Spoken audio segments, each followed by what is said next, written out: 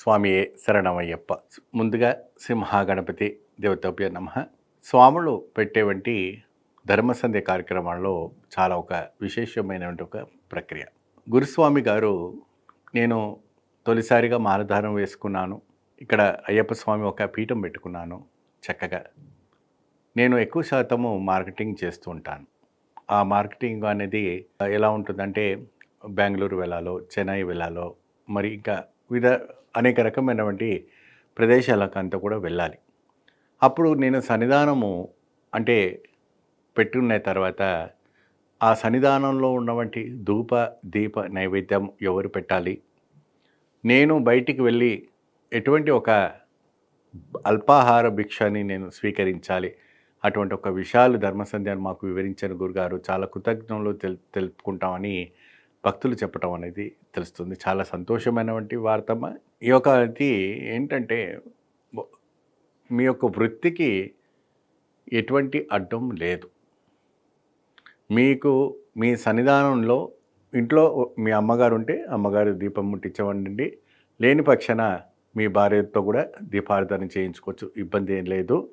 మీరు ఎక్కడైనా బయటికి వెళ్ళి అల్పాహారం స్వీకరిస్తారా, భోజనం చేస్తారా, మీకు ఇబ్బంది అవుతుందంటే మీరు ముందుగా మీకు ఎక్కడైనా దగ్గర హనుమాన్ టెంపుల్ కానీ ఇంకా ఎటువంటి ఒక ధర్మ సత్రాలు కానీ అయ్యప్ప దేవాలయాలు ఉన్నాయని తెలుసుకుంటే ఆ ప్రాంతంలో అన్నదానం జరుగుతుందంటే అక్కడ వెళ్ళి మీరు భోజన కార్యక్రమాలు చేసుకోండి.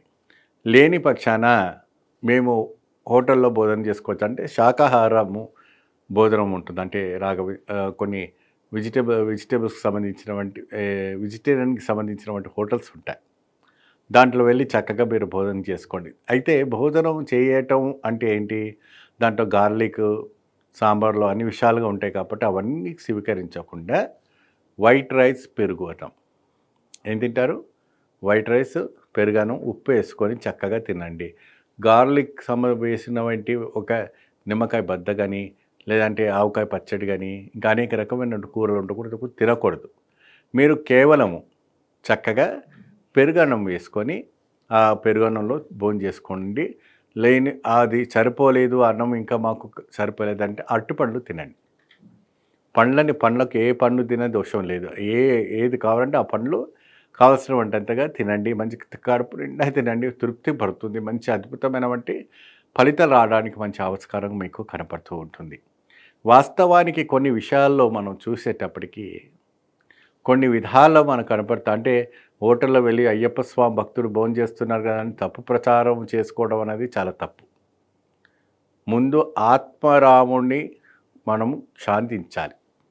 మీ ఆరోగ్యం సహకరిస్తేనే భగవంతునికి మీరు భోజనం చేయడానికి, పూజ చేయడానికని, భగవంతునికి అల్పాహారం పెట్టడానికని, భగవంతుని ప్రసాదం పెట్టడానికని మీకు శక్తి ఉంటుంది. శబరిమలకు వెళ్ళడానికి ఒక శక్తి ఉంటుంది. కర్తవ్యం, వృత్తి, భోజనము, అల్పాహారానికి చాలా మనం ప్రక్రియ ఇవ్వాలి. దానికి చాలా అవసరం.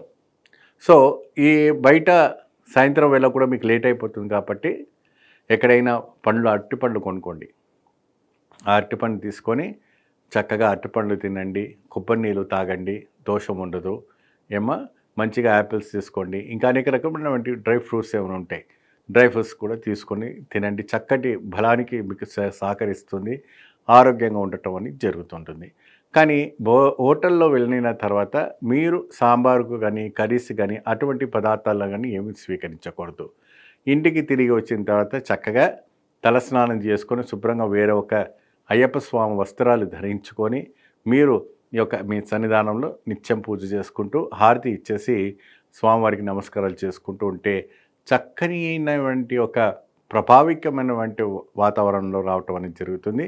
ఇది క్రమ తప్పకుండా మీరు చేసి చూడండి, మంచి లాభదాయకం కల్పిస్తుంది. స్వామియే శరణమయ్యప్ప.